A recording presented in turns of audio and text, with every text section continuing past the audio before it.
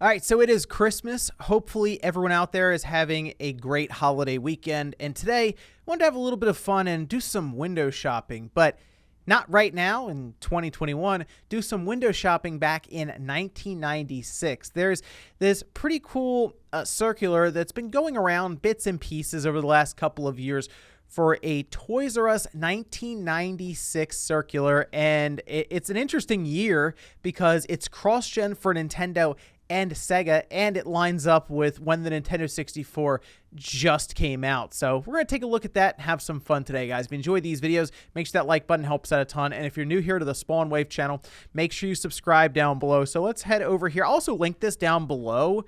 There's an entire imager setup where you can just kind of scroll through all of them and check it out. But you can see, I mean, right away, Toys R Us had it set up with the Nintendo 64 because it had just come out, probably right around the time this circular was releasing, or just maybe just before, with the Nintendo 64 on the front. We got Mario, $200 for the system, which even with inflation, that's pretty good for a brand new system that's 64 bits of pure power, realistic 3D graphics, and revolutionary controller with joystick.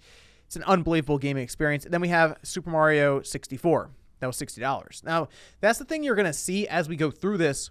Some of these game prices may surprise people. We're just talking about $70 games, right? Going from 60 to 70. Well, you're going to see some $70 games in this circular. Think about inflation. Yeah, we were paying more than $70 back then. There's a reason for that, and we'll talk about that as well. But the launch lineup for the 64 was pretty limited.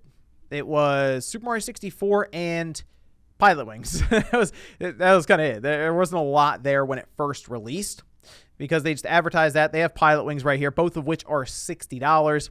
They did have a range of controllers. I mean, these are all here, pretty much ready to go on release. Blue, yellow, red, black, green, gray. They're $30 each, which isn't actually bad for a new revolutionary controller with the joystick. And then they were also pushing their Game Boy lineup heavily at this time.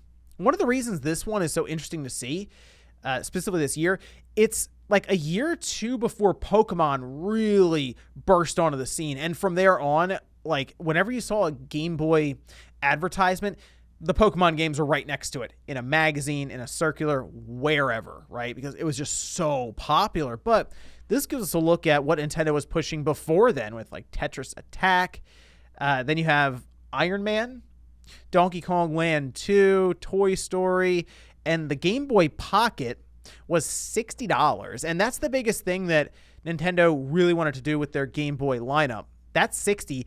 The Play It Loud was $50, and they had a couple different color variations here as well. I've always wanted this clear one, and I from time to time I still look for it, but the idea from Nintendo was to make it affordable overall rather than more expensive, which is what you saw Sega do, and that didn't really work out too well for them when it came to the portable scene. But then you also have some other games down here: Super Mario Land 2, Donkey Kong Land 2.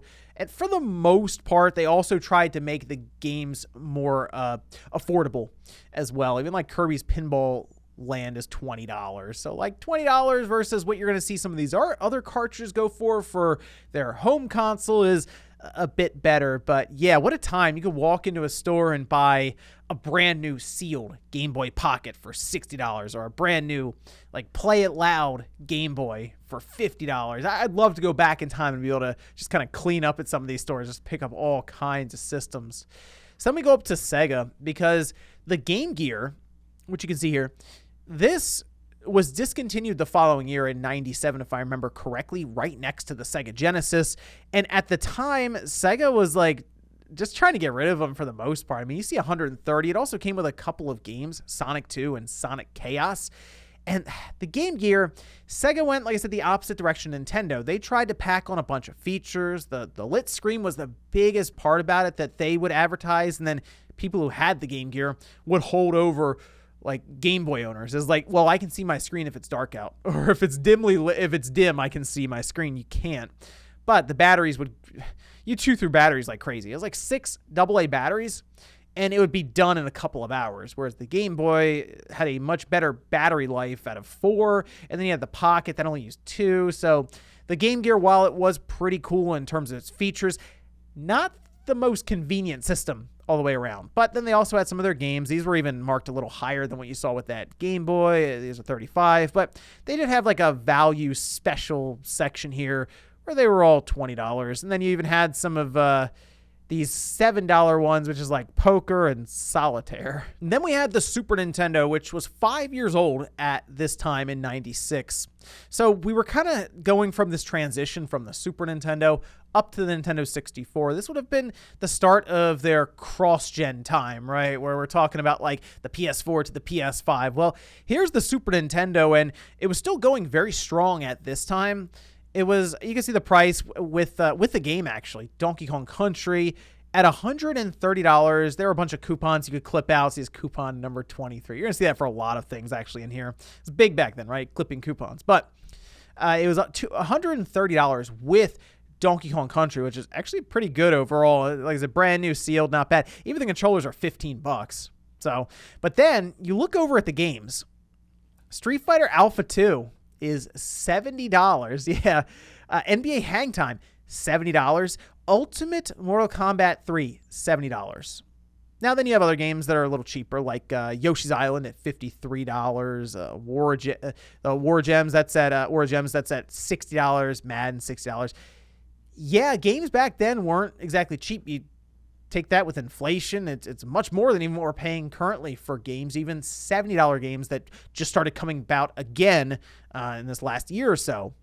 The biggest thing here, though, is these are, remember, circuit boards that are being sold within these plastic cases. So there's more cost involved than pressing a disc and shipping it out. And some of these Super Nintendo games use different chips depending on the game itself. Like Street Fighter Alpha 2 used a chip that would help it, I believe, decompress visuals and sound and all of this stuff. And if you look at the board versus something like Super Mario World, it looks way different. So yeah, some games just cost more, mostly because of the parts involved. But then you get this weird lineup of pricing, and it was just all over the place at the time. I mean, look, the Super Game Boy was $40 brand new, and that would let you play all of your Game Boy games on the Super Nintendo, but it was $20 cheaper than something like Madden 97. On the next page, we had the Genesis.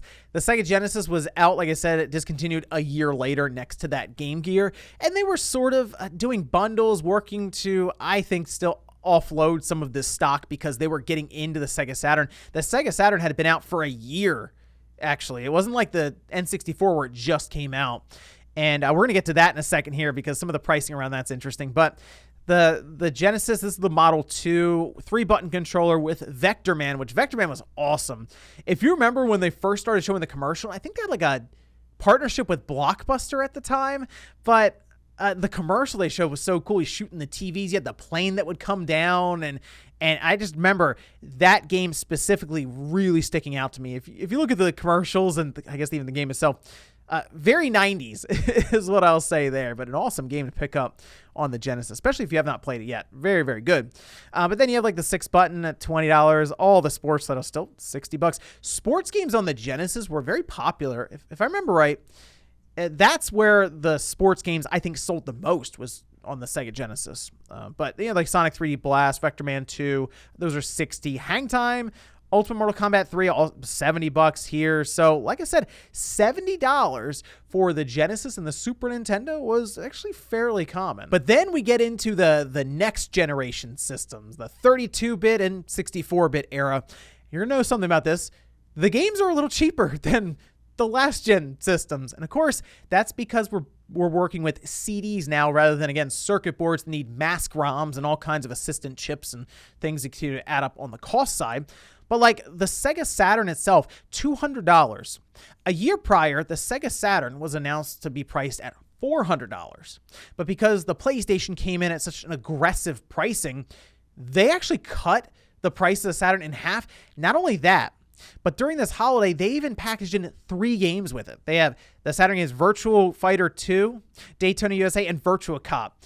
I think Sega right away after the first year was just having a hard time selling the Saturn, just in general. Versus the PlayStation, it was no contest. The PlayStation just completely ran over the Saturn itself. But, I mean, their games, $53, after coupon were things like Knights and even Ultimate Mortal Kombat 3, which we just talked about being $70 on the Super Nintendo and the Genesis.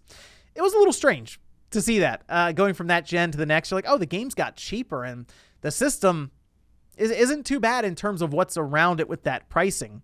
Memory card plus was $40, and there's a little Netlink adapter let you play internet compatible Saturn games at the same price as the system, $200. But this was the page that so many people went to immediately. Yes, the 64 had just come out. Yes, there was a lot of hype around it. But the PlayStation was on fire at this time in 1996. And it was just going to continue on after they got things like Final Fantasy VII and other releases from Square and third parties. Whew, it was just off and running. But like, you can see the PlayStation at $200. They're one of the biggest reasons that the Saturn, the reason that got cut down so heavily with its price. Sony really hurt Sega badly. And yes, I know the Dreamcast was like their last system, so they at least made another gen, but this was like the beginning of the end for Sega here after Sony barged onto the scene. The pricing on the controllers actually at $25 wasn't bad. The memory card was $25. We just talked about the Saturn's memory card was $40. And then the game library, while it wasn't as good early on, really picked up momentum as the generation went along. But like Twisted Metal 2 is $48, Crash Bandicoot $43, Mortal Kombat Trilogy. That game blew my mind because you would start it up and the character select screen would come up. It was massive. It would take up your entire screen. There were so many characters in that game. But like looking at these prices going back, I think there are a lot of people now who would go to the store right here and still buy these games sealed. Black label versions at like $43, not to mention the following year when we started getting into the Final Fantasies and some of the very valuable RPGs. You can see how the pricing here, we went from that $60 to $70 almost expected price on those cartridges, and we kind of went down below $50, which is where we sat even through the PS2 and the Xbox and the GameCube era. And it wasn't until decades later that we got to the 360 and the PS3, and we went back up to 60, and that was a whole thing there. So it's interesting how we cycle through these generations and maybe even forget what pricing was like just in the previous few. But that was a little blast from the past, some nostalgia thrown in there on Christmas today. Just wanted to go through it because I was taking a look at it after I came across the link again, and I just thought it was a lot of fun to see where we were back in 1996 if you had to go out and buy some gifts for people and what you were looking through at the time. But let me know what you guys thought about this. Toys R Us 1996 circular, seeing the launch of the Nintendo 64 and even the Saturn versus the PlayStation and the cross-gen aspect with the Super Nintendo and the Genesis still being very much alive, at least at this time. Thanks guys for watching, and I'll see you next time.